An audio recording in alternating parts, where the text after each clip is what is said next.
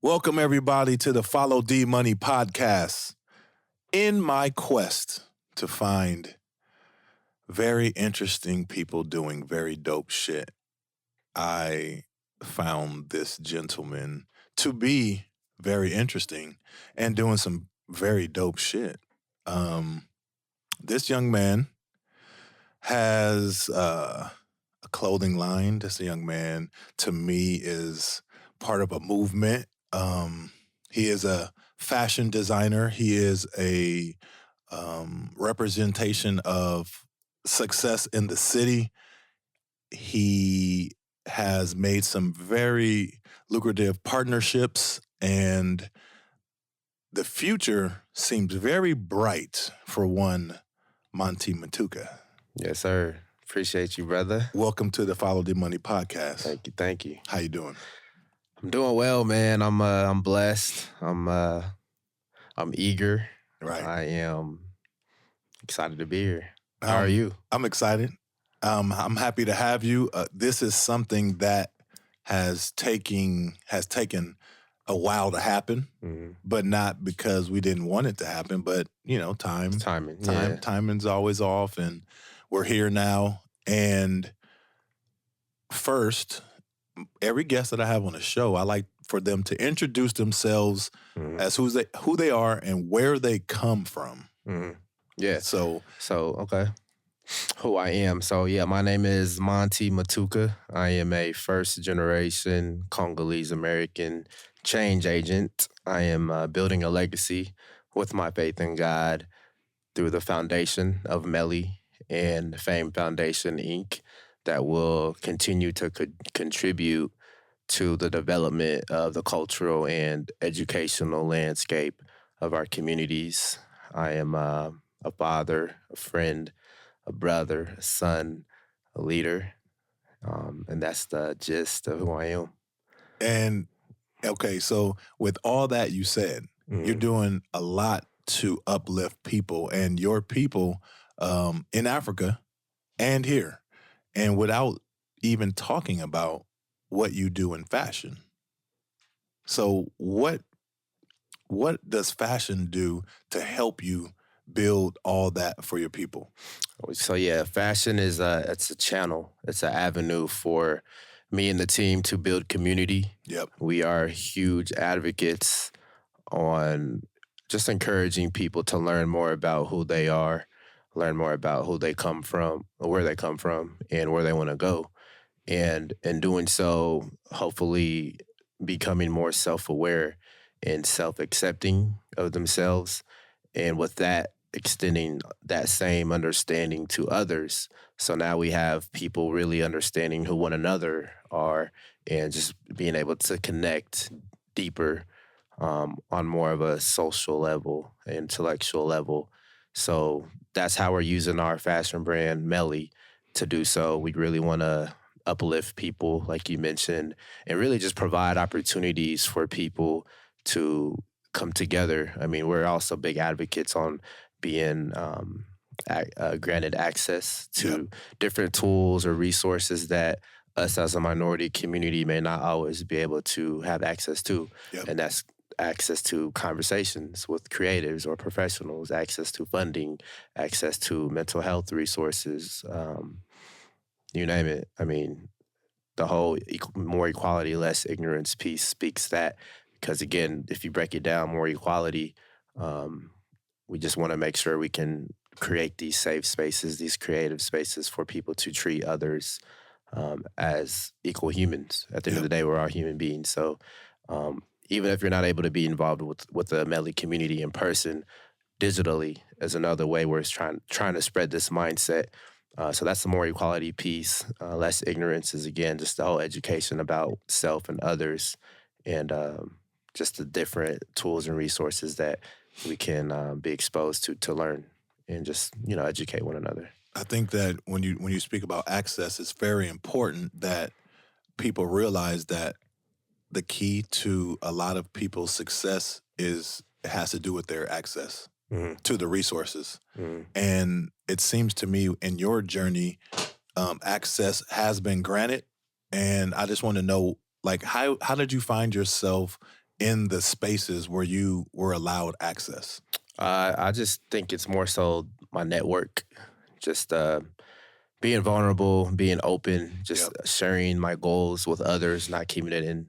Because if you're able to share your goals, I'm sure those who are willing to help can help you achieve your goals. Yep. So my network has been instrumental in allowing me to get to where I'm at so far today.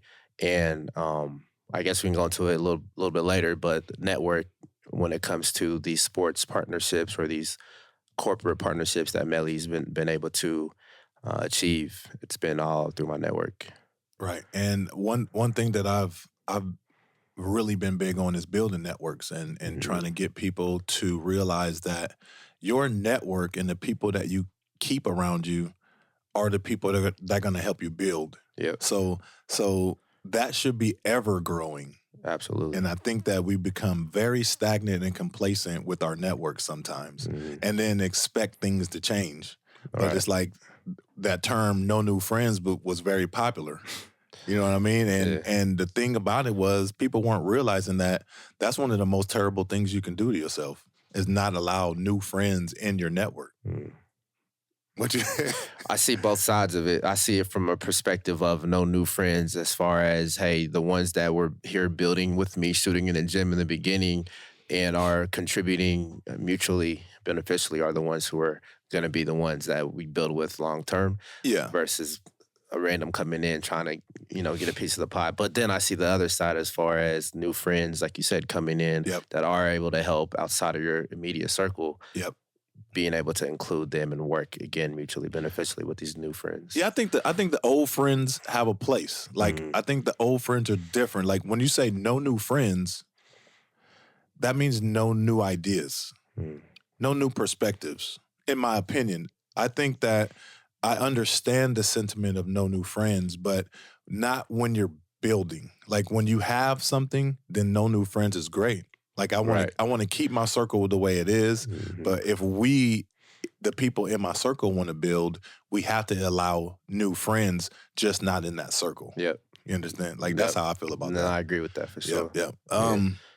So what do you do? What do you do to build your network now? Like I know that you do have a close knit family and you have a close circle of friends, but how do you gain new access to Monty? How do people like myself, because you and I have become pretty close in the time that I've met you, and like how do you gain how do people gain your trust or your loyalty?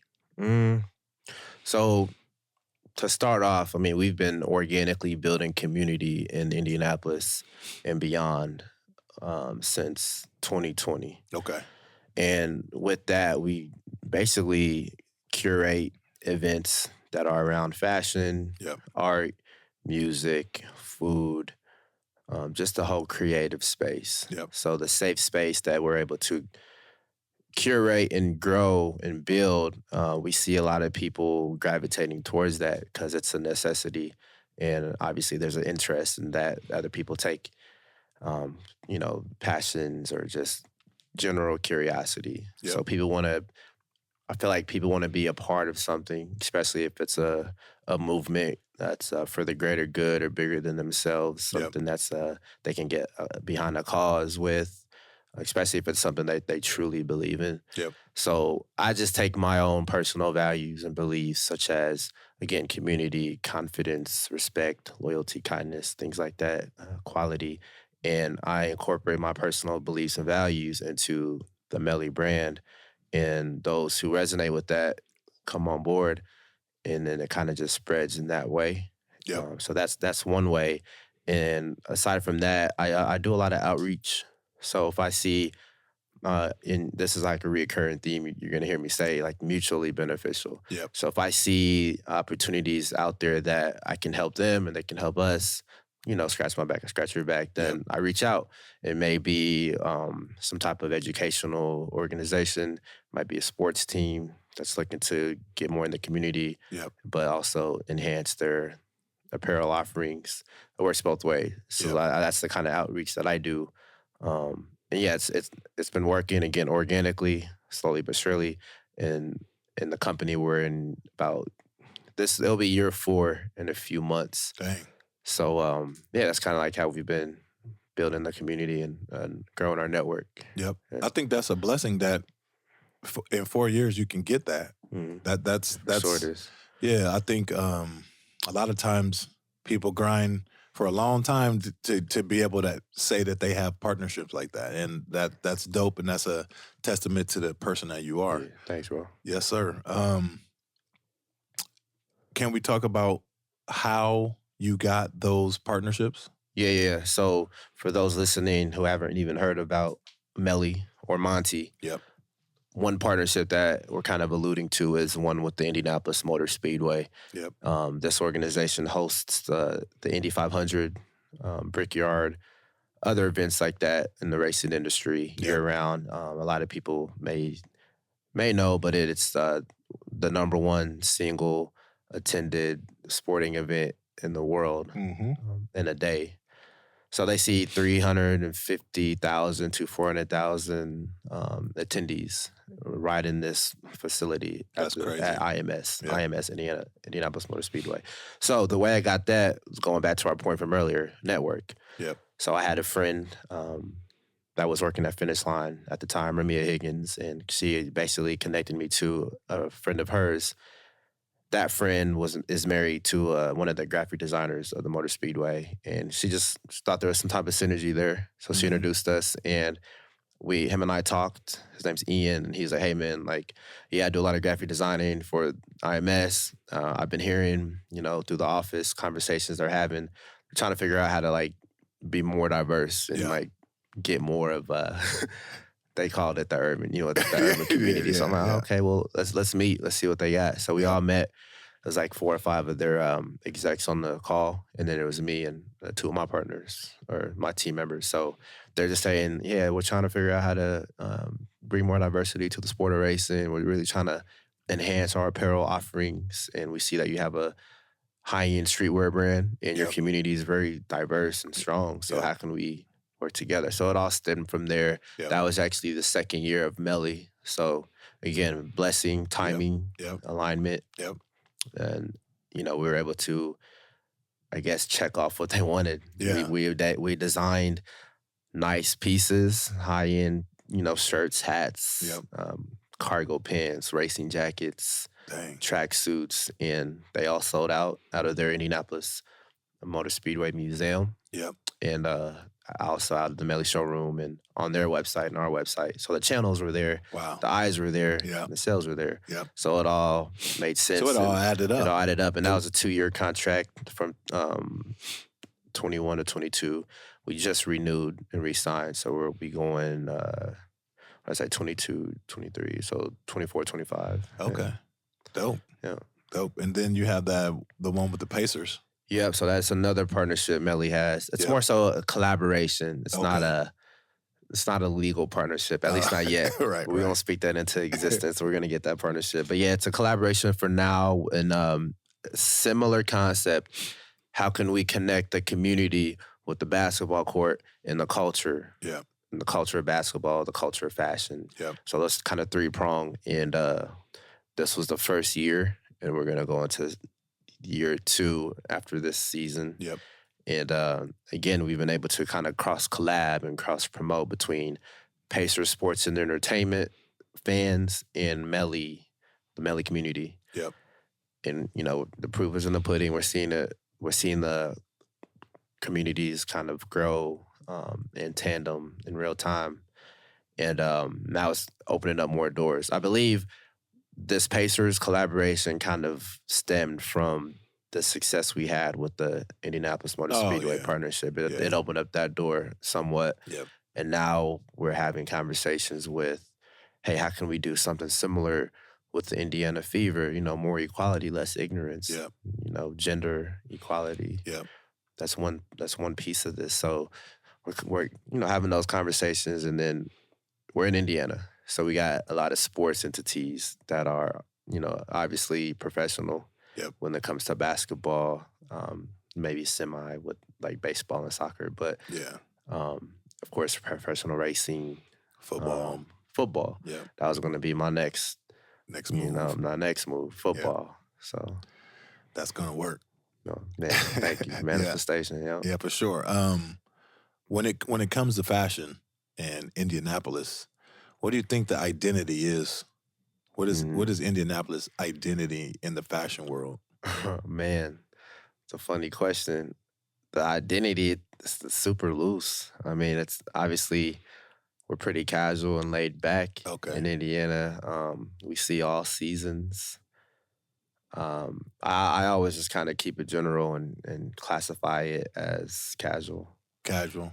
I just see a lot of casual wear in Indiana, and when I say that, your polos, your t-shirts, your jeans, things like that. But the past I come from, it's like we love quality, we love confidence, we love poise. So we do kind of like design to those types of aesthetics, but it's more elevated, So do you think that Indiana is a Midwest vibe, or it is an Indianapolis like Indiana vibe? Do they have their own feel? Because like me, I'm from LA. I can tell a dude from LA as soon as he walks in a building. How's that? They gonna have on some jeans, some Chucks, or they gonna have a t-shirt and some jeans. They gonna have on khakis and Chucks, t-shirts, Pendletons. Yeah. Like we dress a certain way, like a certain dude from LA.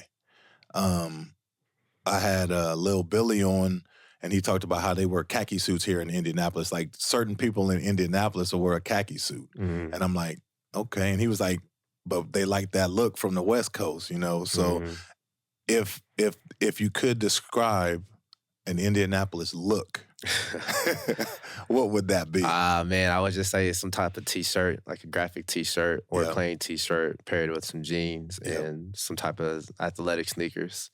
Aside from that, on the more casual tip, I would say it's a sweatsuit, crew neck or hoodie with some matching joggers. Okay. Yeah, I see a lot of that. I see a lot of joggers, sweatsuit here, like the full set. Yep. Matching set. I got me a MELI set. Yeah, phenomenal. Phenomenal. Who were your inspirations in fashion? Because when you introduce yourself, you introduce yourself as a man of the community and a man of your people, and you didn't even really mention fashion. And I think that says a lot about you, because you're not using MELI, the brand, the fashion brand, to define who you are. Right. Because that's not who you are. That's something that you created to be able to handle the things that you want to accomplish. But who are some of the people that inspired you to become who you are as an entrepreneur, as a creator, as a leader? My father, for sure. Yep. So my father, I mentioned in my intro, I'm a first-generation Congolese American. Yep. So for those who don't know what that means, I'm the only one in my entire bloodline born in the USA. Wow. The only one. So, it's a legacy there. It's a big deal to me, I guess, because outside of me, there's no more Matukas. Dang. You know what I mean? I have two older sisters, but one, she's married. Her name's changed, and my other sister, she will be married, so there'll be no more Matukas. Yep. But I do have a son. There you go. I just had a son. He's like 16 months now. Yep. So, Congrats. but I mean, to answer your question, thanks, man. To answer your question, my father, because he took a huge risk from the motherland in Congo, the Democratic Republic of Congo. Yep. He, was trying to get a better life for himself and his family. And he applied to all these different universities. Ball State University was the first institution who accepted his application. Wow. So he got up out of Africa, went to Muncie, started studying, just learning more about just education, English. So English was what he studied. And it's crazy because, you got an African man teaching English to American kids. Crazy. Which is pretty wild. Yep. He's got the accent. Yeah. And it's like he was able to achieve 5 degrees, a PhD, 2 masters, 2 bachelors, and a diploma. Wow. All in the realm of writing, grammar, and English linguistics. So education, that's what brought him here. And like just growing up, he kind of was establishing a life here. Then he was able to connect with the community and kind of tell people his goals and help others so they could help him out as well. Yep. And it was the church that was able to kind of give him some money, give him some jobs, small jobs here and there, so he could bring my mother and my 2 sisters from Africa to Muncie. Wow. And then they had me. My dad and mom had me maybe like 2-3 years after they settled here. Yep. Something like that. So that was the huge inspiration, just learning his story. Like, dang, you took a risk, and there was education and connecting with people that helped you get to where you're at, that helped me get to where I'm at because I learned from that story. Yep. And, that's basically, that's it right there. The proof is in the pudding. Yeah. He did it. So you know the recipe. Yeah. You can get there. Yeah, and then it's crazy because, like, the church people, I grew up in basically a white church. Yeah. And I'm just kind of observing as I'm getting older, like, man, like, all these people are white. We're African, but they're helping us so much. And, like, they're really taking the time to hear us out, understand us, help us. Yep. And we can do the same. You know what I mean? And just early on, I was like, man, it ain't always just stick to your race. It's like you can open it up and connect with other cultures and ethnicities. So, yeah. Did that experience in the, like, being a minority in that church community help with it had to help with your idea of more equality? Oh, absolutely.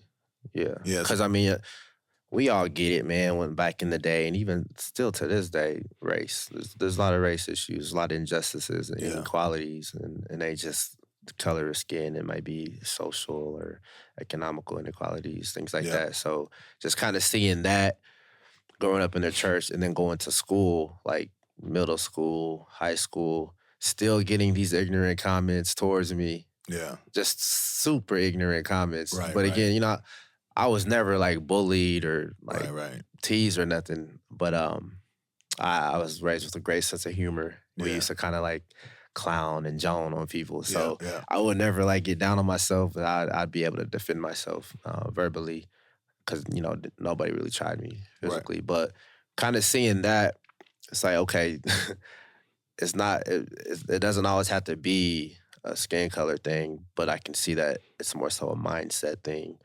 Like these kids saying, yo, go back to Africa, African beauty transfer, but then turn around and be like, dang, you fly. Like, where you get them shoes? Where you shop at? Right. So it's like, y'all funny. You know what I mean? But it's like, okay, I guess I can use my passion of dressing up and being confident in my appearance as a visual language to communicate to people. And kind of fast forwarding on when I launched MELI, that's kind of like the approach I took. So like, fashion's a passion of mine. We can really talk to people through what we wear, through our messaging, through our campaigns, just through our whole brand aesthetic. And those principles that I'm telling you about that were instilled in me growing up, kind of meshing those two to have this whole movement and social impact, this whole community building thing. So kind of, it's like a full circle thing. Right. So you were talking about how the kids talked about how you were always fly. So you always had a sense of fashion since you were little? Yeah, for sure. Okay. You always wanted to be fresh? Yeah, absolutely. And just looking at my dad, like he was always in suits. Oh, was he? Like Saturday, like, no, like what are you doing? Always in suits, always in front of the computer, always reading a book, just always trying to like sharpen his mind, but doing it dressed to the nines. So I'm just looking at him like, man, he's always working, he's always dressing up. It just kind of like rubbed off on me in a way. And then again, 2 older sisters always taking me with them to shop in the malls. I'd go my separate ways, kind of like scrolling through the racks and stuff like that. Yep. So yeah, kind of all was like exposed to me from the time I was little. Yep. That's dope. And so right now, I'm gonna change this up a little bit, but like right now in hip hop, there's this huge thing going on with the biggest artists where they're all dissing each other, right? And I don't want to make this a negative thing, but like in the city of Indianapolis, we also have a huge community of people who create and who are into fashion. And what I want to know is, who are your peers that you look up to? Who are the people in the city that you respect and like you give their flowers to, like right now? Mm-hmm. Like, because I think it's important that sense of competition is there. Mm. You know what I mean? And right now, I think that what hip hop is going through is just a phase of stirring the pot and making a lot of stuff more creative. So I'm sure, and I know people in the game, and I know that you know them, but that's like, who out there do you look and be like, damn, that motherfucker is working, and that shit is dope. Yeah. And excuse me if I leave anybody out, but I'm just kind of going off the top of my head. These are some brands that I've been noticing since I moved to Indy, I guess. I moved to Indianapolis in 2012. Okay. So these are brands that have become friends or peers Yep. that I'm looking at that I've seen grow or have some type of impact in the community. I see the hustle, I see the energy. Yeah. CP, he runs Cargo Streetwear with AO, and their personal brands are Komefi and Wishful Thinking. I see what Maxi has been building over the years through Nap or Nothing. A friend Mike G, he's got him and GP have We Don't Run From Adversity. Who else is out there? Johnny Sportswear, that's Bryson's brand. Zelf Intimates, Judith. Let me see. You got me on the spot, bro. No, hey, people gonna listen like that. I think it's important that you know who, like, when you're in this game, you know who your peers are. Right. It's just like when it comes to the podcast game in the city, I can name a bunch of podcasts that I would listen to that are in the city. You know, I respect what they're doing because they keep me going. Right. So I think it's important. Like the spotlight is on hip hop, but what I'm saying is, in our little microcosm, you have competition. Yeah. You know, you got people who, like, you are an Indianapolis streetwear fashion brand. So is Mike G. So is AO and CP. You know what I mean? So it's like you guys have a community and a network of followers and people who are loyal to you guys. And I think it's important that we see y'all's faces together all the time, where they see that unity, and it just resonates in the community as well. Yeah, that's a fact, especially seeing all the, like you said, not to be negative, but all the deaths and black on black and violence and crime that we see in here locally. Yeah, it is important to use our platforms to kind of shed light on, hey, we can come together and build, and we can kind of mitigate all that negative for more positive. So, yeah, I mean, collaboration is definitely huge, not just when it comes to the partnerships we have with these corporate entities and these conglomerate sports organizations. But yeah, me and CP, we've done a collaboration before between MELI and Komefi. Nice. We've also done, I guess, collaborations when it comes to pop-ups and events like that. Yep.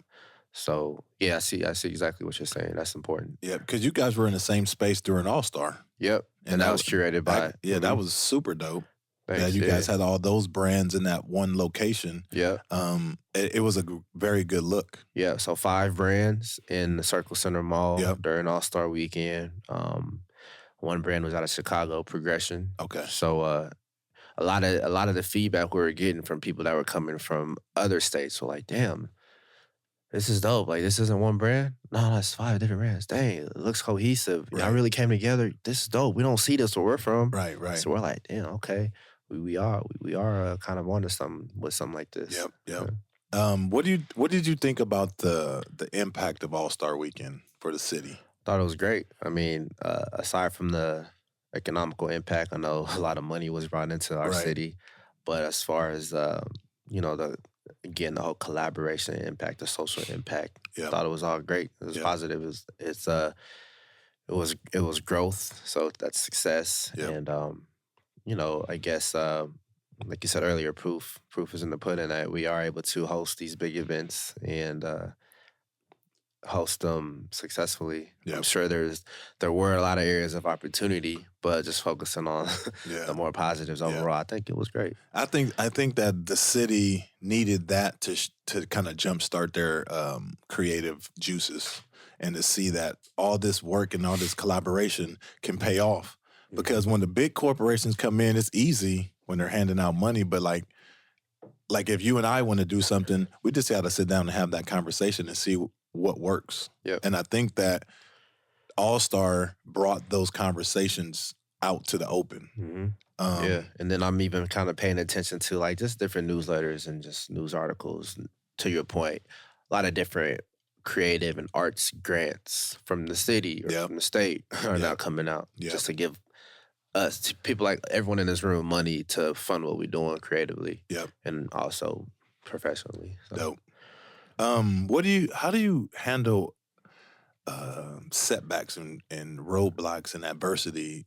I know you've had some in your time coming up. What does it do to you, and how do you overcome? Yeah, I look at all that as lessons, just lessons to learn from, to grow from. Any setback or hurdle just allows me to maybe take a step back, just think about it a little longer before I proceed, or kind of, if there's a similar situation, just think about how to move a little differently to overcome it the next time. So I just look at all of those, maybe hurdles or roadblocks as areas to learn from and to grow from. So you don't like to let things happen more than once. Try not to. None of us want that. Right. but a lot of us don't learn from our mistakes. We kind of just keep going with the punches. You know what I mean? And I'm trying to get better at that, my damn self, bro. I don't get down on that stuff because you can't just dwell in that. It was easier back in the day to let myself get down on it, but now I kind of use those as ways to improve myself. Exactly. That's what I do now. Do you have a routine? Do you do anything? Like, are you that kind of person?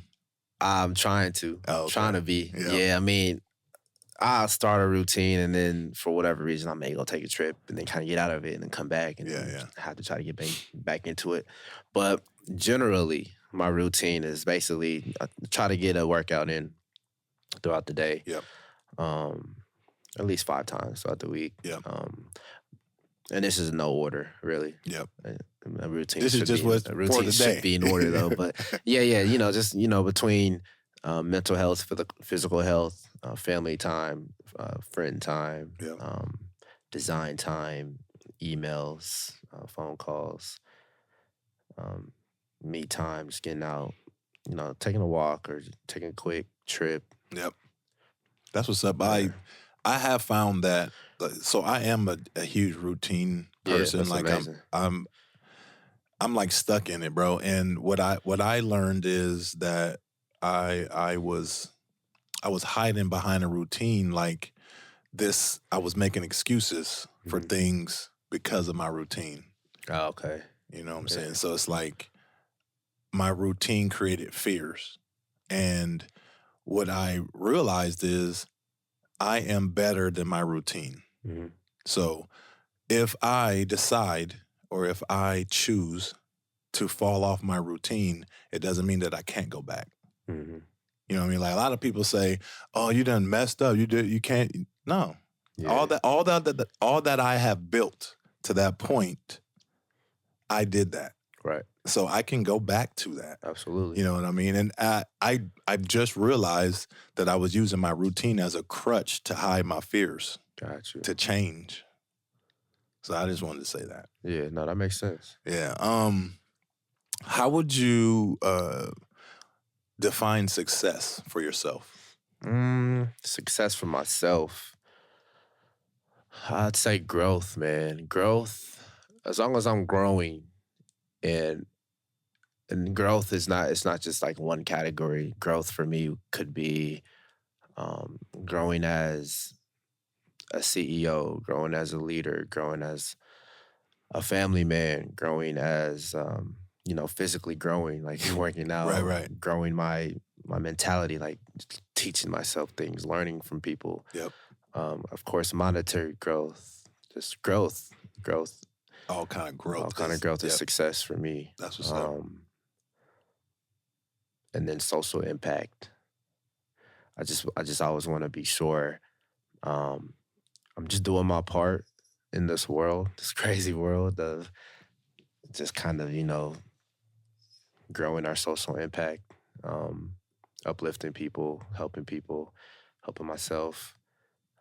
Just as long as when I'm, I guess, gone off of this earth, people can kind of still look back and see or feel how MELI made them feel, or how MELI this pop-up event helped them or made them feel, or whatever kind of legacy that was left.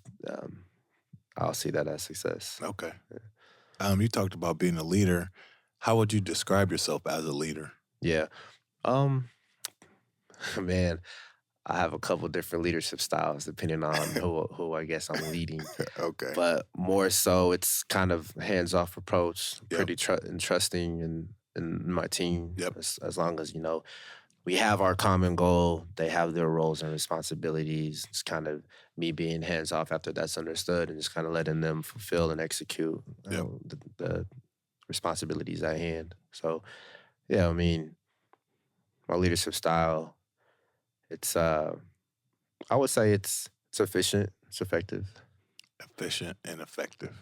Yeah, I Like, are you mean? Nah, I ain't mean. I can be direct. Okay. I can be direct. It could be that. Yeah. But I just, of course, time is something we can't get back. So I just always want to make sure everything's understood as far as the goal and the plan. Yep. And we can execute that efficiently and effectively. Yep. And we're good. Okay. I want to talk. Let me ask you that before your next question. Okay. Because obviously you have an amazing team in here. Yeah. That's capturing this podcast. Yep. So, how's your leadership style with your team? I think that I am a very vocal leader. Yeah. I like to be able to communicate what I want, and I like to seem like a person that they can talk to and communicate back. Mm-hmm. I like to give them feedback. I like to show praise and thanks a lot. Mm-hmm. And I like to know what they want from me. Yeah. I think that's important, that you know what you offer your team, what you can offer them, because that way I can move in a way that I'm inspiring them to find a goal that they want as well, because they're helping me get to where I want to go. Yeah. So I always want to know what they want to do. Exactly. You know what I mean? Yeah, so I think that how I lead is a way to where it's like, I want them to not want me to fail, because I don't want them to fail. Right. And then that way I don't have to inspire anybody to do anything. They're inspired by what we're doing together. I relate with that 100%. Yeah. And that goes back to what I was saying earlier, just the whole mutually beneficial part. Mutually beneficial. Like, I learned that from a friend of mine, where anytime we would get into something, he'd be like, what can I do for you? That's his question. What can I do for you? Yeah, that's great. Like, if I want something from him, he's like, what can I do? If he wants something from me, he wants to know what he can do for me. That's amazing. It's usually what's in it for me. Right. Right. But if you know that you're going into something where somebody wants to give you something, then you want to help that person to help you achieve what you want. Mm-hmm. You know what I mean? Like, so when you go into any kind of collaboration, partnership, or something like that, and those people are asking those kind of questions, you just know it's legit. And you know that it's something that's going to be beneficial for both. Right. That's dope as fuck. Hell yeah. Yeah. What do you do? What do you do when you're not creating, when you're not actively in the community? Like, what do you do for fun? For fun, travel, go out to eat, go to some type of event, shoot some hoops, lift some weights, spend time with friends, time with family. Yeah. Watch a show, watch a movie, just chill. Are you a movie buff? Nah. Okay. Nah. Dude, okay. I like to ask this question to a lot of people. If you had to leave right here and take all us out to eat somewhere in Indy, where would you go? Where would you take us?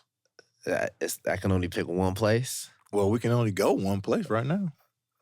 So you got to pick one. I mean, unless that's like next door, we're going to go here for brunch and then go there for a drink and then go there for dessert. Right. Okay. So if you want to say, okay, we're going to go eat dinner. Okay. And it's going to be like, what's your favorite dinner place? Or not even your favorite, but what would you take us? I'll probably take y'all to Izakaya. Izakaya is up in Fishers, I believe. And Izakaya is like a hibachi spot. Oh, okay. You know they cook in front of you. Yeah, I like that. So I like entertainment. It's good as hell? It's really good. Oh, okay. Izakaya. Izakaya. Yeah. I was thinking hibachi. Izakaya. Yeah. When you're not wearing MELI, what do you wear? Yeah. That's a great question, man. And a lot of people like, you should be wearing MELI 24/7, 365. But it's either what I've had in my closet from before, because I used to work at Saks. Okay. So you had a lot of cool shit. Yeah, just a lot of or just like a friend or a peer's brand. Okay. Here locally. Yep. So like today, I got the Nike Force ones and then Alexander McQueen top. Just I think these cargos for like Urban Outfitters or something. But just like some random casual stuff. Yep. Yeah. I always I always try to rock local gear. And normally, like the last interview I had on all MELI. My guy. I have MELI. Walking billboard. Yeah. And then I will wear Wishful. Yeah. I have some We Don't Run stuff from Mike G. Mm-hmm. But I just try to represent the city the best way that I can, and that's the easiest way I can. Free advertising. But I really just appreciate you guys' work. I appreciate the things you do in the community. I appreciate your mindset. I appreciate your level of professionalism. And I just think that it's important that when we have a platform and we have an audience, that we can show gratitude to each other. Yes. So I asked you on here because I respect you as a human being, but I also respect you as a Black man. Likewise, brother. So I'm happy that you came. I don't have much else to ask you, but how can people get a hold of you? Yeah, a few different ways. Instagram is just my name, Monty Matuka. Yep. Or the brand page for MELI on Instagram as well. Yep. It's at MELI, MELI_INTL. We're also in person at the MELI showroom in Fountain Square. Yep, so it's the second floor of the Murphy Arts building. But it's that's showroom. Another thing I meant to bring up. Because your first Fridays are a total vibe. They are very intentional. For sure. And it's just another way that you connect to the community. And it is a very dope atmosphere. And we all thank you for even having that available to us. Yeah, it's all genuine, man. It's all organic. It's all authentic. First Friday, it's a pop-up. Essentially, it's a pop-up shop every first Friday of the month. Yeah.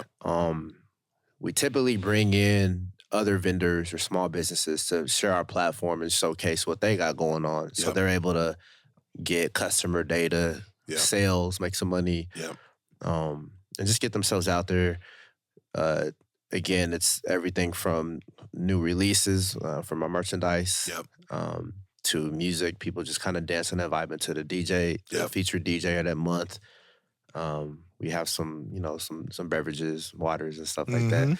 And artwork. So we got a lot of artists that come in and kind of treat the space like a gallery. Because there's not a lot of safe spaces and creative spaces that will welcome these types of, I guess, businesses, but also provide them the experience, the education, and the exposure around their business. So, man, we clock the front door. Like, we literally count every person that walks in the front door, and it's anywhere from 850 to like 1,200 people every first Friday.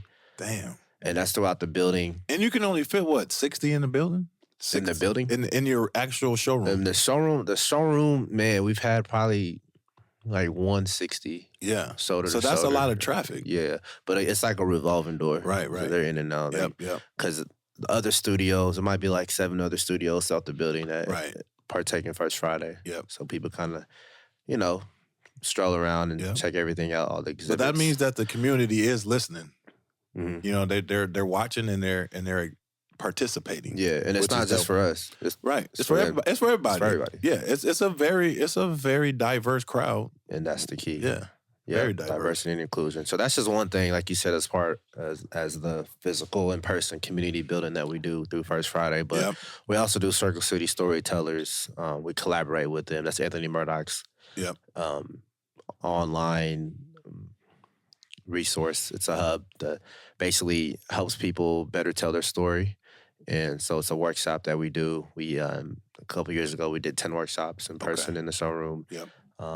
Last year, we did quarterly workshops. We're able to tell more stories, and we're trying to figure out how to continue to build that throughout this year. Yep. So Circuit City Storytellers is very impactful, man. People really can connect with one another, just like we're doing now. Yep. But times 20 through one event. Right. So just imagine how many people you're able to really resonate with, hear their stories, connect with them. Yep. It's all recorded, so we're able to put it out on YouTube and stuff like that. So just storytelling is just huge. It's in the words of Anthony Murdoch, you know, stories are huge. They're able to build generational wealth. Yeah, I think he said that Indiana was the storytelling capital of the world on a podcast I was listening to. Yeah, okay. I didn't know if you had him on here yet. I didn't have him on yet. No, but I definitely will. Yeah. Build generational wealth and the bridge the racial wealth gap. So stories are huge, man. And then another thing we do, just opening up the showroom for the public. So if you're a creator, you want to come in and use the MELI showroom as a art gallery, or you want to have your listening party here, or you want to propose to your girlfriend or your boy or your girlfriend. Yeah. We open up the MELI showroom for that. It's not just our office space. No. Right. You know what I mean? And then, you know, book clubs, yoga sessions, things like that. Dang. That's dope. Thread Talk, that's one thing we're working on. It's a program about the business behind fashion. So any other aspiring fashion designers or brand owners that want to just kind of get some gems in real time from people who are doing this, they're able to kind of get these gems through this Thread Talk program. Dope. Keep going. Likewise, brother. Just keep moving. But yeah, I always like when we get together, I always have some idea that I want to throw your way. Yeah, but I'm always listening, man. What you got? No, I'm just telling you that. Oh, okay. You know what I want to do. I ain't putting it out there yet. I thought you had something else today. No. For sure. I just like to tell you. I just wanted them to know that when we get together, it's not only a good time. We're always like trying to like brainstorm some shit. Yeah, figure out how to keep building. Correct. Yeah. Not only individually, but collectively. Right. Collectively, yes. And I want to keep that going, but I want to thank you for your time. I know you're a busy brother, and you made time for me, so I appreciate that. Of course, man. Absolutely. Thank you for having me on. Absolutely. Go to followdmoney.com, please, to check out this episode and many others. Buy some merch. Drop us a line, whatever you want to do. Follow Monty on Instagram. Buy some stuff from this dude because it is fly as shit. Peace. Yes, sir.